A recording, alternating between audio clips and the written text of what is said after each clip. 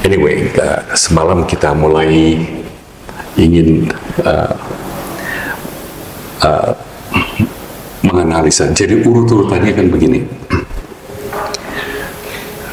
Kalau betul dalam hidup ini kita selalu hanya ingin happy, tidak ingin menderita, dan itu sangat normal.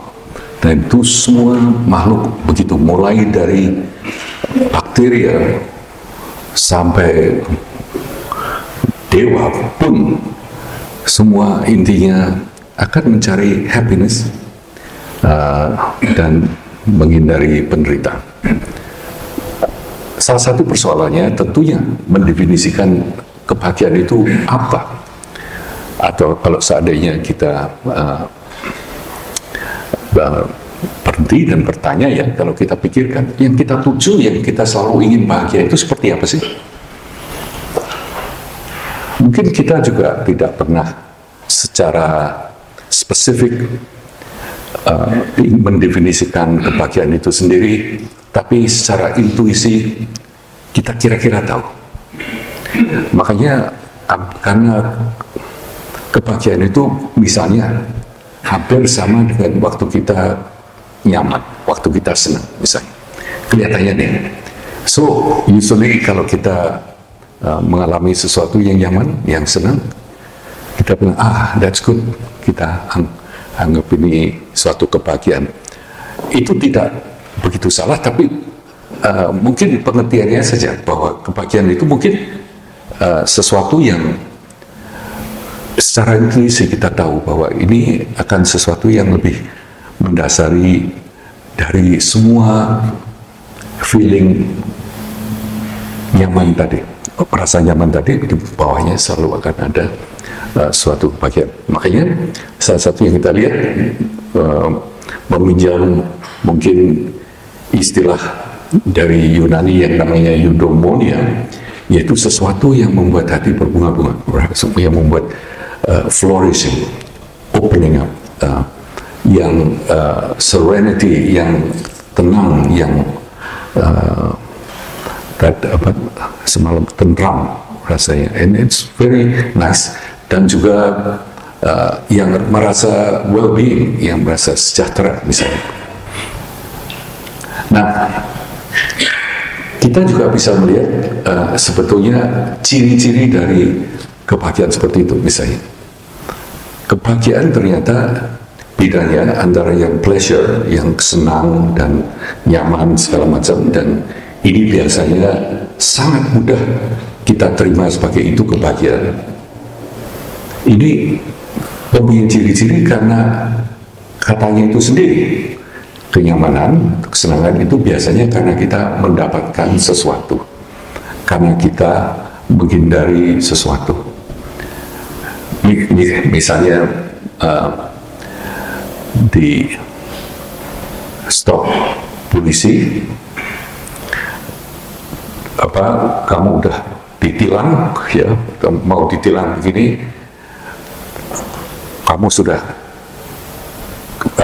jengkel, takut, marah seketika itu juga, yang tentunya tidak bisa kamu identifikasikan dengan kebahagiaan.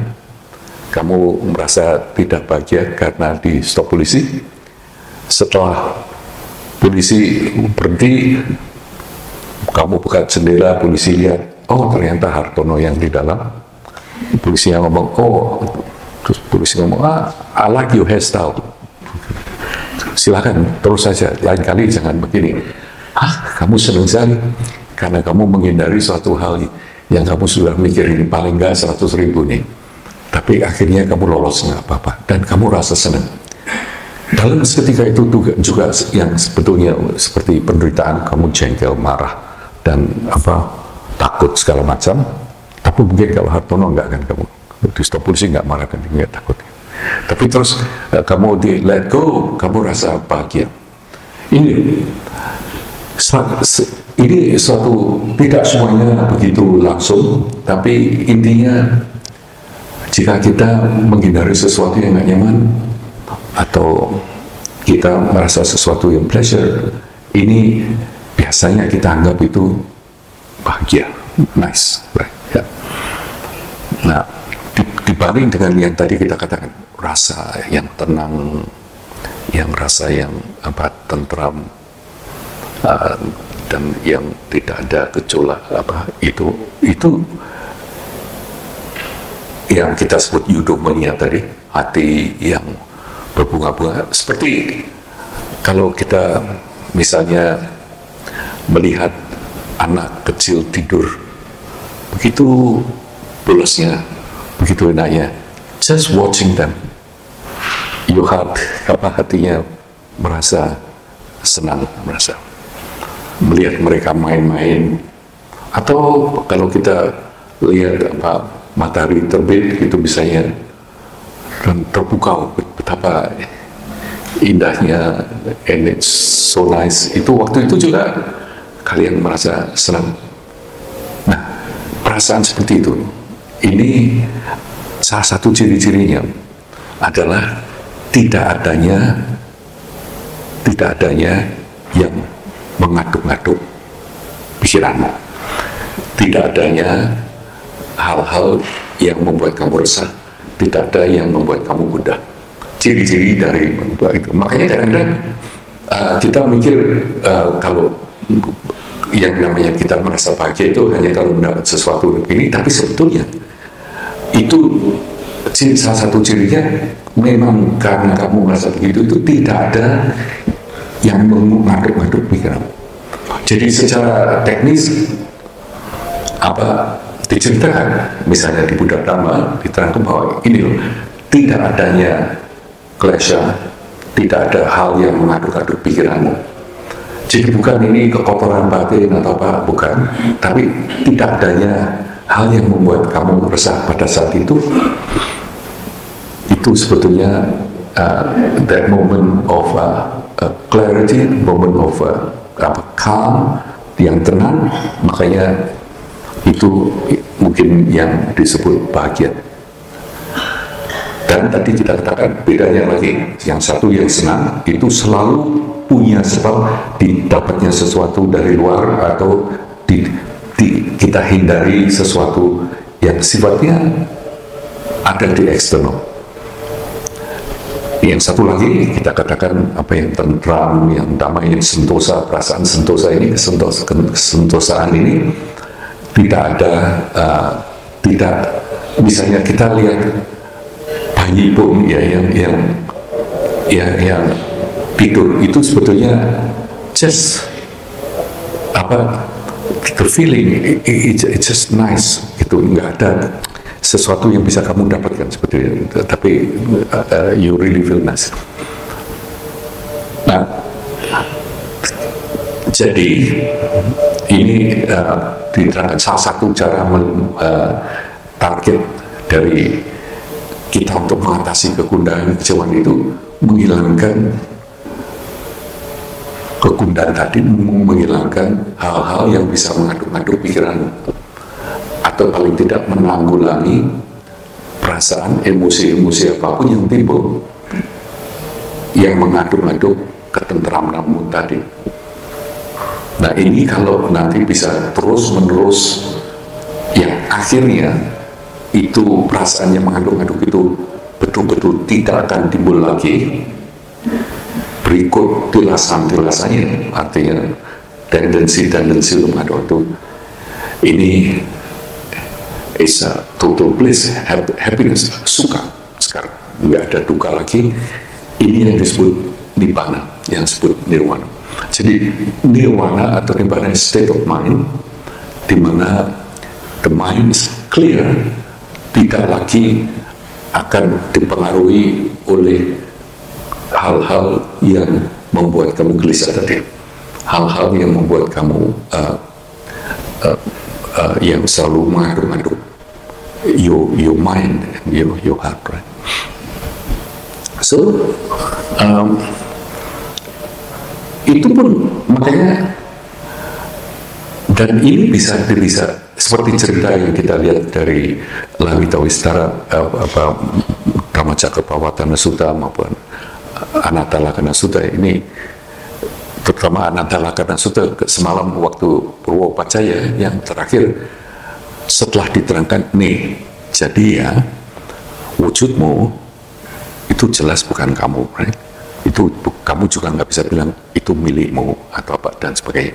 Lalu dikatakan dengan demikian ada 6 arhat di dunia. Artinya orang yang sudah begitu begini. Tapi karena ini ceritanya karena mereka itu meditasi udah tahunan segala macam, jadi pikirannya sangat-sangat jernih, pikirannya juga sangat-sangat bisa diarahkan, siap pakainya luar biasa. Seketika itu juga yang mengudak-udak pikirannya, yang mengaduk-aduk dalam hatinya, seketika itu juga ditanggulangi. Makanya disebut arhat. Arhat ini seorang yang orang terjemahnya macam-macam etimologinya. Misalnya salah satunya mereka yang sudah menghancurkan, menanggulangi musuh-musuhnya, foe destroyer. Nah, dari kata arhat ini.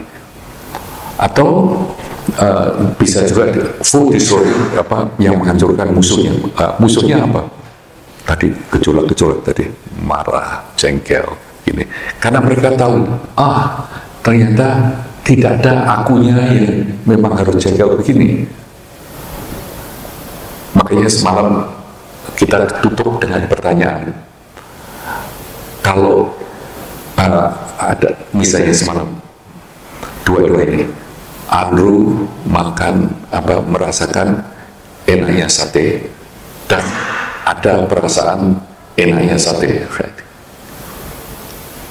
Ini kalau kamu berpikir sesuai dengan A atau kamu berpikir dengan B, kira-kira rasa satenya beda atau tidak? Sama sekali tidak. Kenikmatannya beda atau tidak?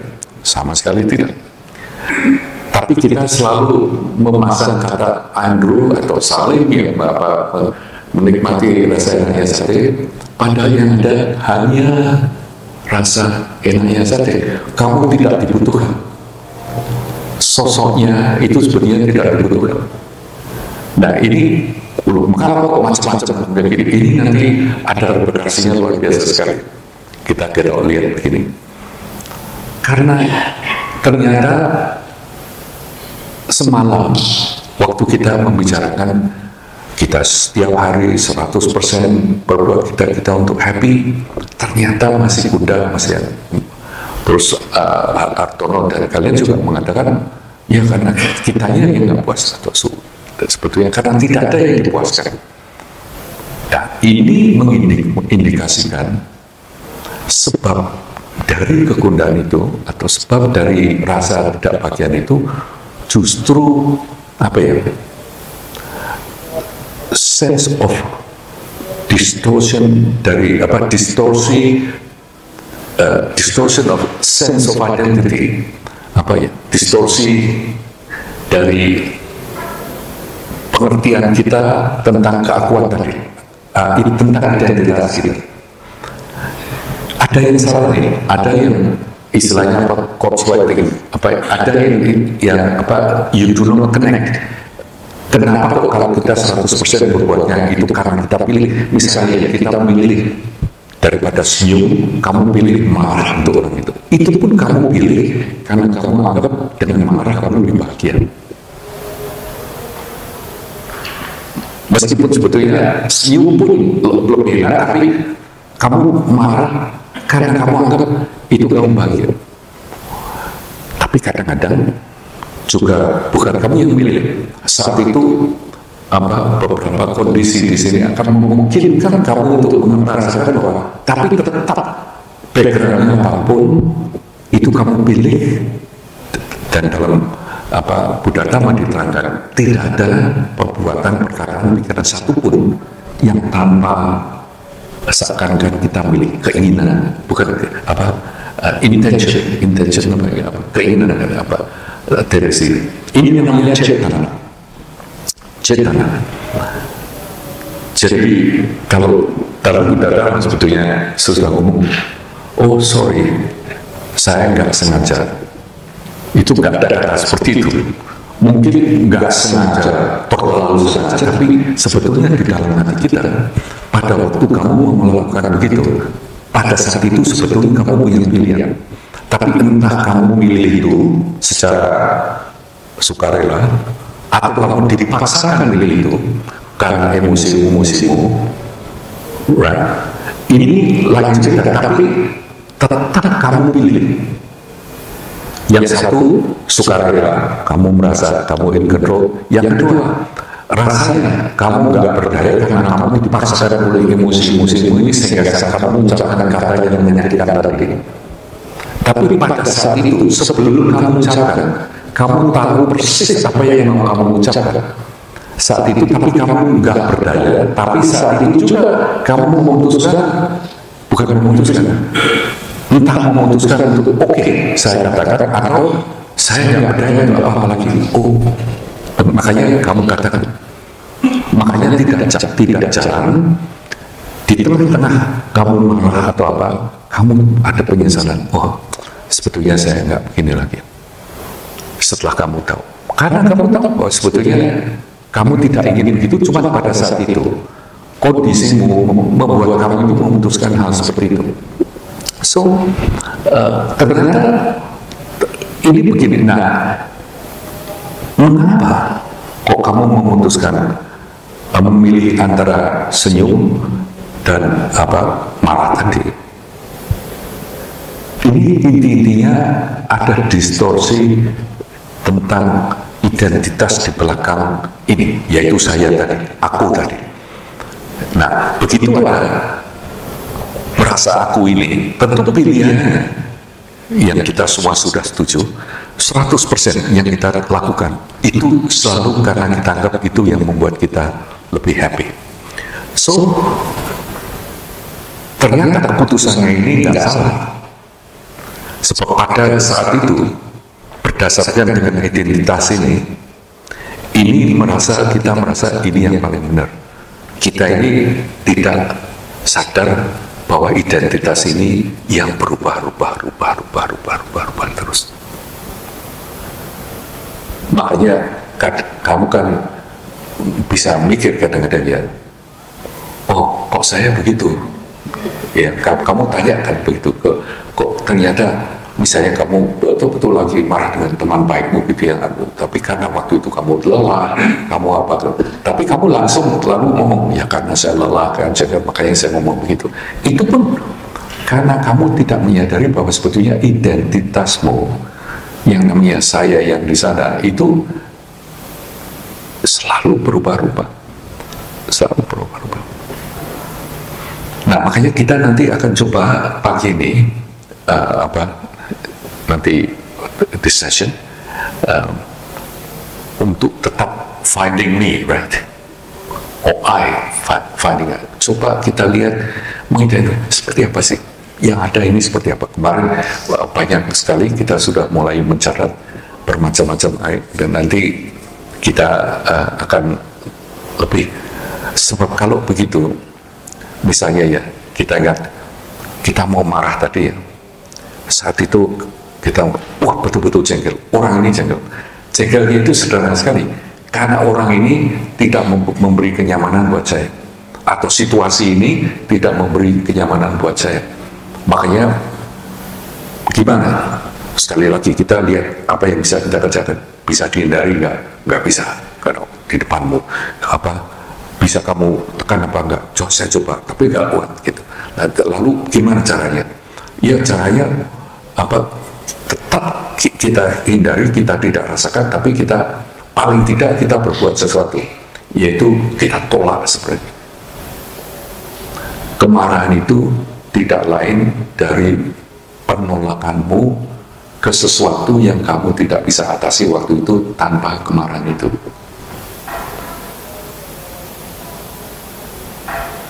It's very simple. Kamu marah ini karena kamu menghadapi sesuatu yang saat itu kamu ingin tolak, tapi kamu tidak ngerti cara lain kecuali dengan marahin. Sebab kalau kamu tahu cara lain untuk mengatasi ketidaknyamananmu ini, kamu tidak akan marah. So, selalu sangkut pautnya dengan identiti kamu ini tadi, dengan tokoh dan sosok dan siapa ini. It's always about that, kembalinya selalu ke sini. Tidak ada yang bilang itu jelek dari sananya. Ya betul, itu jelek dari sananya karena kamu bilang itu jelek. Karena intinya si sosok ini mengatakan jelek karena I don't like it. Saya nggak senang dengan itu. Hal yang kecil, mulai dari persoalan soto itu bening atau pakai santan, sampai pilihan apa yang kamu percayai atau apa sampai pilihan tepat, everything itu sumbernya keadaannya identitas ini. Saya mulai menggunakan kata identitas instead of I atau aku. Identitas yang kita sebut aku ini nggak jelas. Lebih-lebih lagi nanti kita akan bersama-sama kita cari yang seperti yang disebut semalam di Buddha. Ini yang ngomong ini saya ini, yang saya ini saat ini saya bayangkan ada yang namanya Salim. Itu hanya bayangan saya sebetulnya. Yang ada apa jelas ya, ada badannya, ada yang ngomong. Tapi sosok yang terpisah, ya seakan-akan ada controller ini nggak bisa. Kalau cuma badan juga agak sulit bisa diterima kalau saya itu sama dengan badan atau kalau saya dengan pikiran atau perasaan itu pun juga sangat sukar untuk bisa diterima kalau saya itu sama dengan pikiran karena saya berubah-ubah kan. Berarti kamu berubah terus padahal kita selalu merasa yang semalam duduk di sini ngomong sama kamu itu sama Salimnya dengan yang pagi ini duduk sama kamu. Tapi kalau kita pikir lagi, kalau kita lihat lagi, makanya saya kemarin tanya ke udah ada yang sama yang mana? Kalau sama yang mana? Kalau beda yang mana? Lalu katakan mungkin kalau bilang yang sama ini mungkin memorinya atau terus-menerus menyebut ya pokoknya kalau onggokan ini yang namanya Salim. Tapi onggokan ini semalam dengan yang pagi ini lain.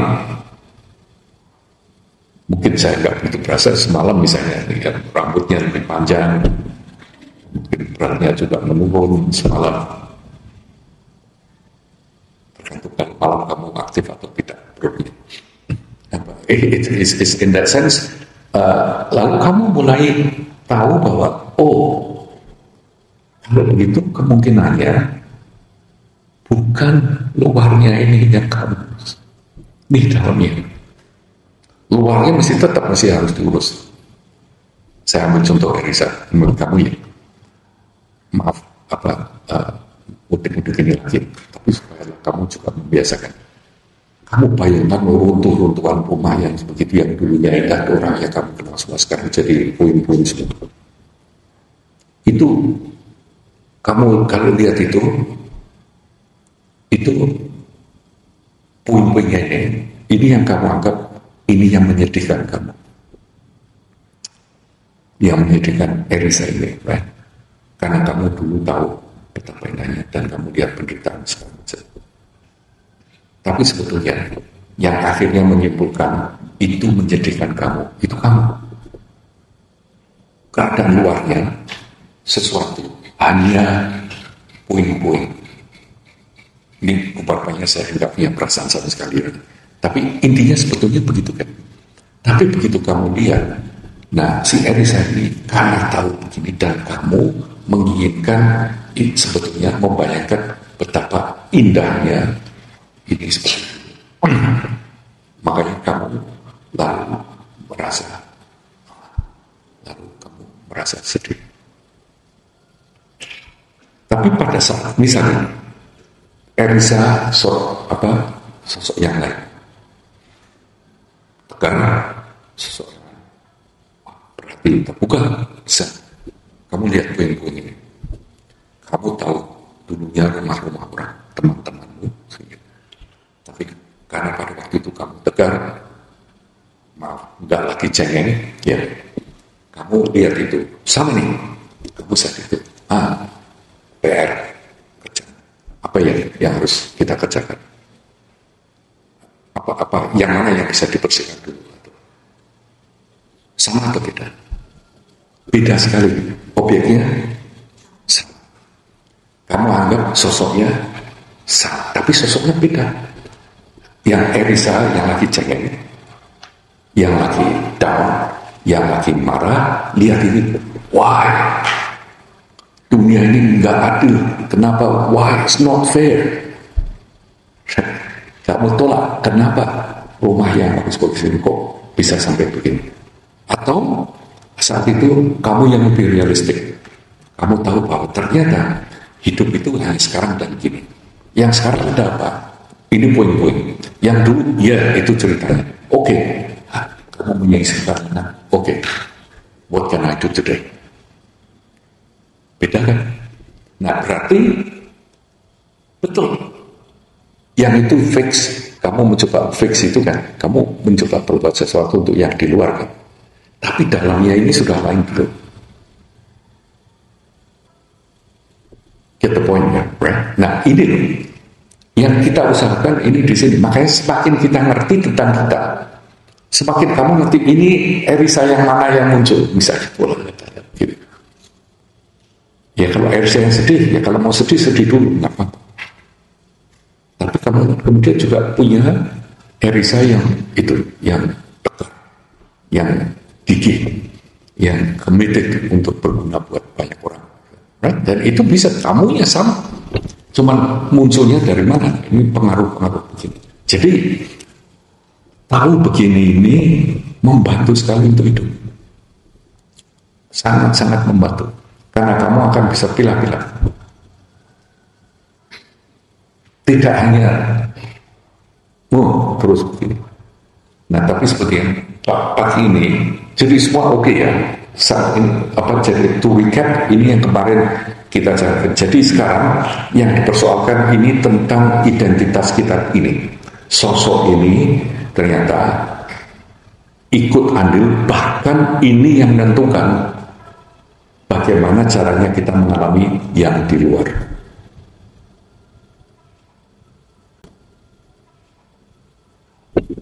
Suara, penglihatan, rasa, semuanya out there. Coba kita sini. Ya cara saya misalnya sate kemarin entah berapa tusuk kamu makan, seorang biasanya dapatnya 25 tusuk ya. Cuma 4. Oke. Coba pikirkan yang bikin. So very good. Ini bikin nggak di sini berpartai. Satenya 4, makanya semua orang bilang enak kan. Tapi sebetulnya lebih enak lagi kalau 40 right? 40 mungkin borderline right? Tapi kalau 400 ya, satenya ini tidak lagi seenak pada waktu sate itu dengan 4. Jadi rupa-rupanya rasa enaknya ini kita ikut campur, bukan cuma yang buat. Betapapun masih sama, tapi kalau ternyata kita ikut-ikut, makanya ini kita tadi kalau misalnya sesuatu itu tergantung dari cara kita bereaksi. Tapi potongan terakhir dari tusuk keempat itu mungkin rasanya yang paling enak. Dan itu pun mungkin makannya yang paling pelan-pelan. Ini saya ingin memperkenalkan satu istilah. Namanya Adhyavasaya. Adhyavasaya. Adhyavasaya ini gandengannya dengan nadi tadi. Tapi Adhyavasaya ini sebetulnya mind yang selalu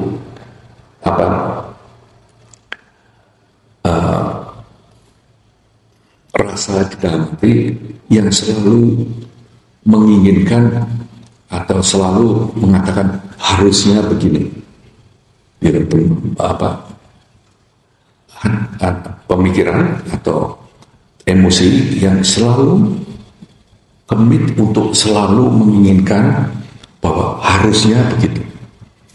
Jadi sate itu harusnya tidak cuma 4, harusnya ya ada yang kamu bisa bilang 400 atau 40, tapi harusnya karena itu nice, harusnya tidak berakhir, harusnya tetap. Kalau hal yang kamu tidak sukai pun kamu bilang harusnya itu tidak lagi harus muncul. Apapun kan, mengenai traffic jam atau apapun, ini namanya Adhyavasaya. Ini sebetulnya juga sesuatu yang perlu diamati, karena ini sebetulnya juga sumber dari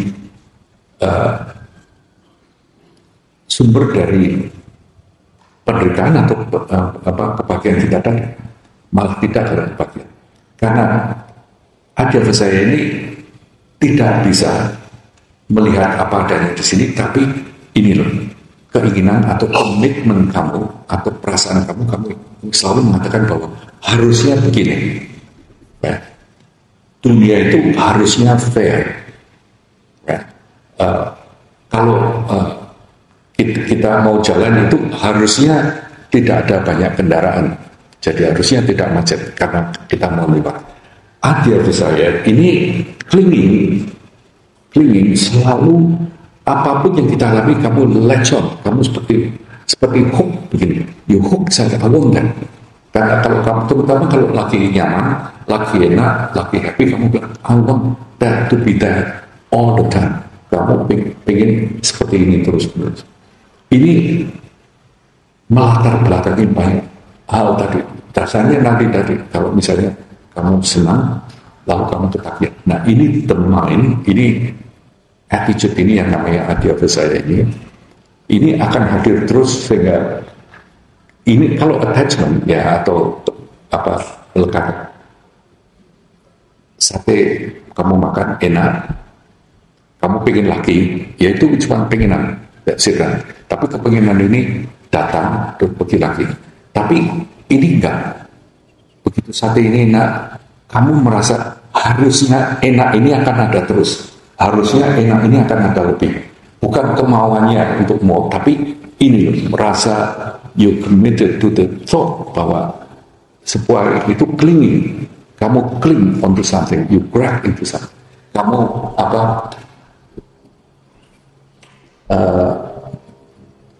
clinging tapi kamu pegangin gitu. Kamu ya menggenggam, kamu you just holding on it. Holding on it. Kalau menggenggam kan gini kan, kenapa? Ya mencengkram mencengkram, artinya ini harusnya seperti ini terus nih. Dan ini sebetulnya juga mewarnai cara kita merasakan semuanya ini. So sebetulnya hal-hal semacam ini semakin kita tahu bahwa ya yang ada itu nanti hal-hal semacam ini yang menjauhkan kita dari kebiasaan kita untuk melihat apa adanya. So this is where kita ini kadang-kadang kelihatannya kok susah happy. Bukan kan susah happy itu justru karena kita menginginkan happy terus. Adhyavasaya ini kamu menginginkan more happy.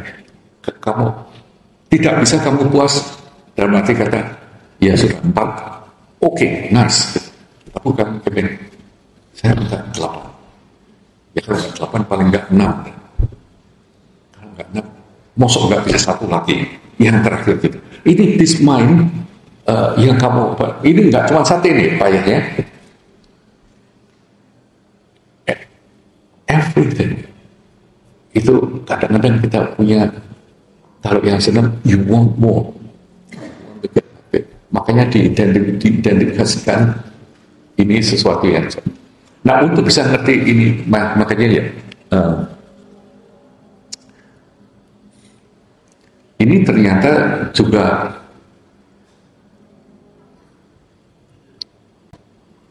karena disebabkan oleh tadi ya, disebabkan oleh mengenai identitas ini. Tapi ternyata kalau kita lihat ya,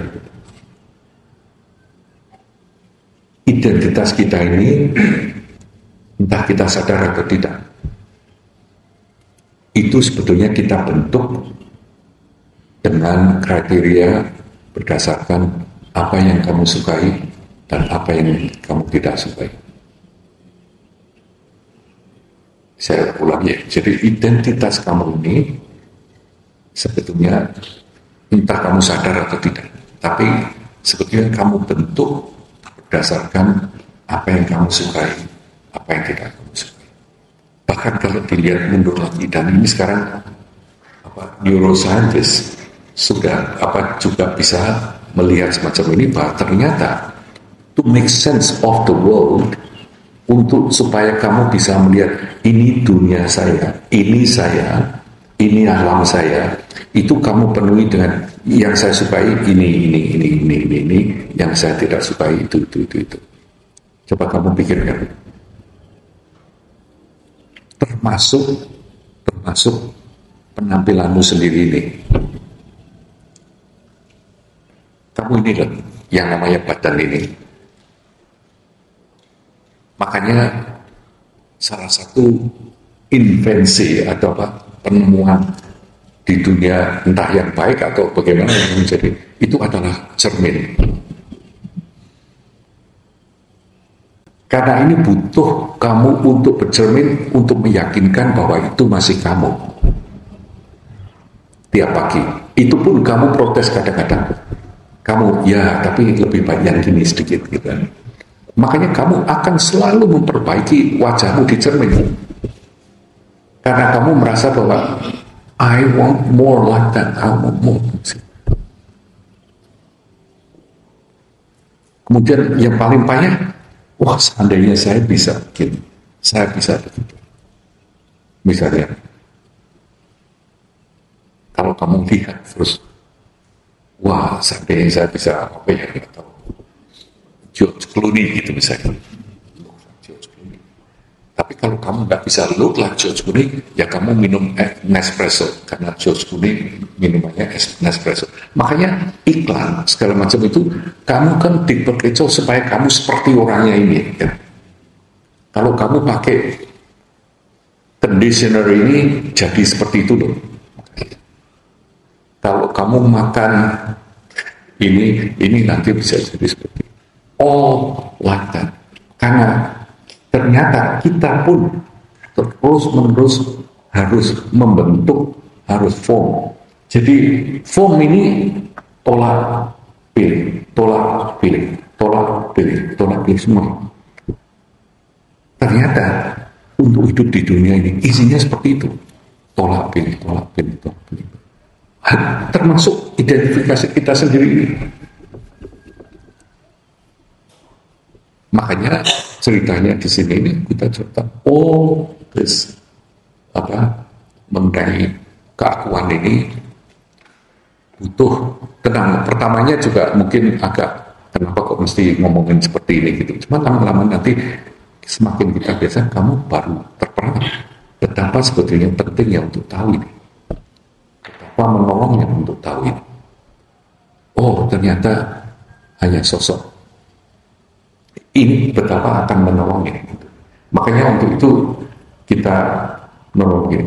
Sebab kalau enggak, untuk bisa lihat begini, ini nanti kita omongkan yang namanya aku ini, ternyata yang namanya Salim ini selalu hadir. Tiap saat dalam sehari-hari akan selalu hadir. Yang namanya Salim gitu, ya harus hadir. Ya, meskipun dalam bentuk apapun kamu hadir, cuma dalam ceritamu ini kamu akan hadir terus. Jadi maksudnya begini, kalau kita lihat ya, kalau kita ngomongkan hidupmu itu seperti apa sih?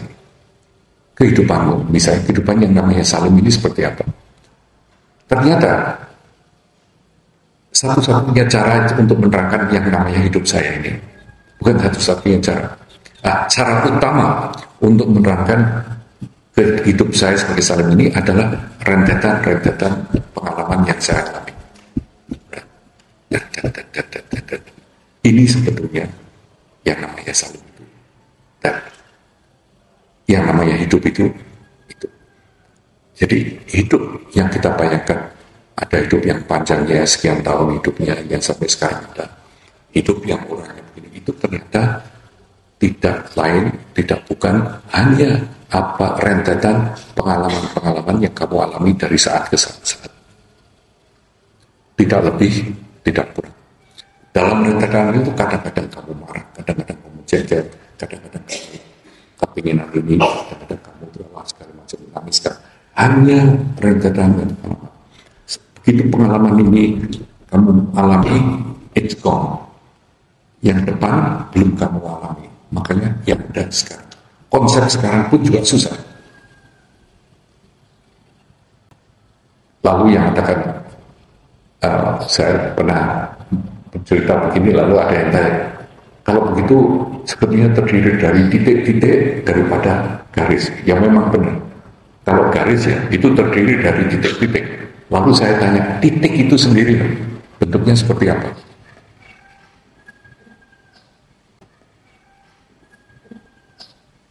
Kalau kamu lihat titik itu juga nggak titik loh, masih ada titik sebelah kiri atau di sebelah kanan, and so on and so on. Jadi sebetulnya rasanya seperti konyol ya, meminjam istilahnya celeng. Kalau ternyata yang namanya saya ini hanya rentetan pengalaman. Every moment, every day, itu hanya itu. Padahal dalam rentetan pengalaman ini seperti movie kan, gambar.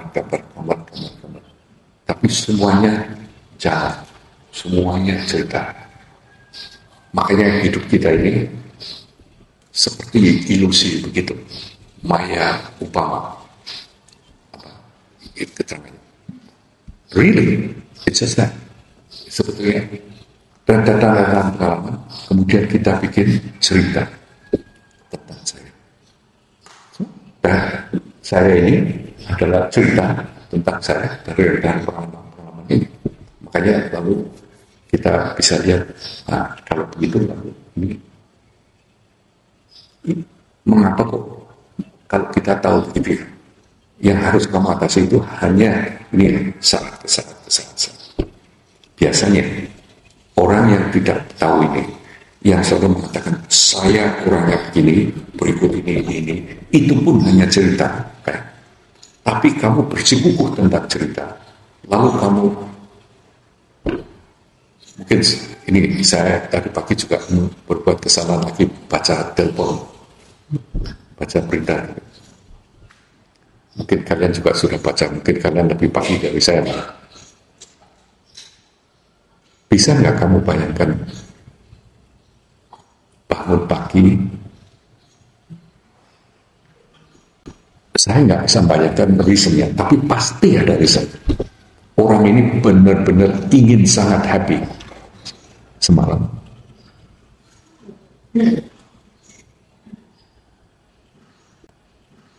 Pasang bom, cari kantor polisi, berdiri di depannya, tekan tombolnya,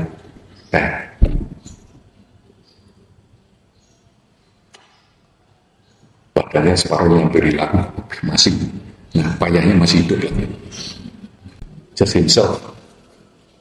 Sebetulnya kalau mau begitu ya harusnya ya yang pintar paling baik.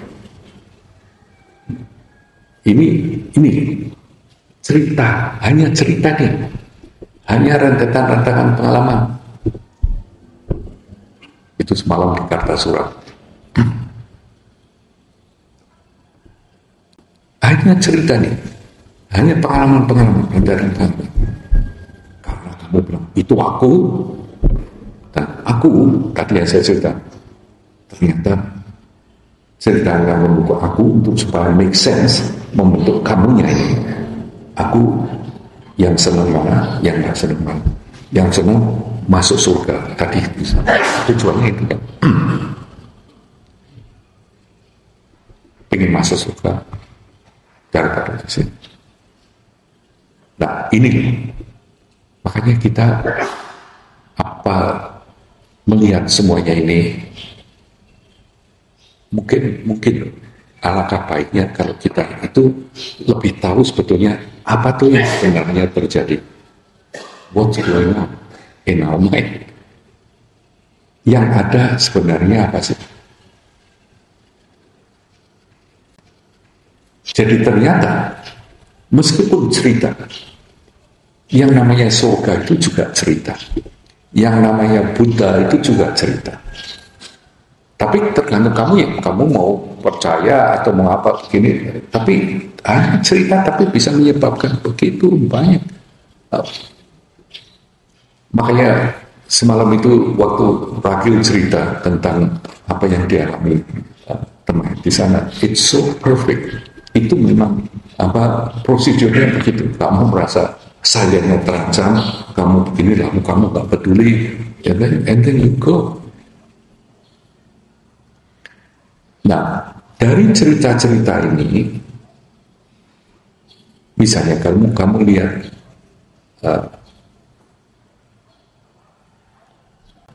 kalian mestinya saya sekarang sudah jarang sekali nonton TV. Kadang-kadang Netflix itu kalau aku pasang depan saya, please watch this one. Ya, atau kalau enggak, kadang-kadang ya di pesawat itu pun langka sekali. Kalau kamu nonton TV, ya cerita gini, kadang-kadang kamu bisa nangis kan? Kamu kadang-kadang ikut senang kan? Ikut senang. Yang kamu lihat apa sebetulnya? TV persegi, ada titik-titiknya yang ganti-ganti. Tapi kamu anggap it's real. Kadang-kadang begitu bencinya kamu ambil sandal, kamu lempar ke TV. Apa? It's so engrossed karena kamu percaya itu real. Ini persoalannya di sini. Nah, kita coba lihat apa tuh sebenarnya yang terjadi. What's going on?